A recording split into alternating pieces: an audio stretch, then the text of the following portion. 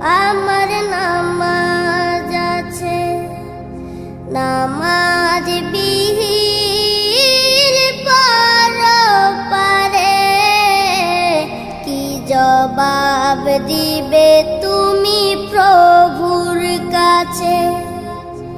প্রভু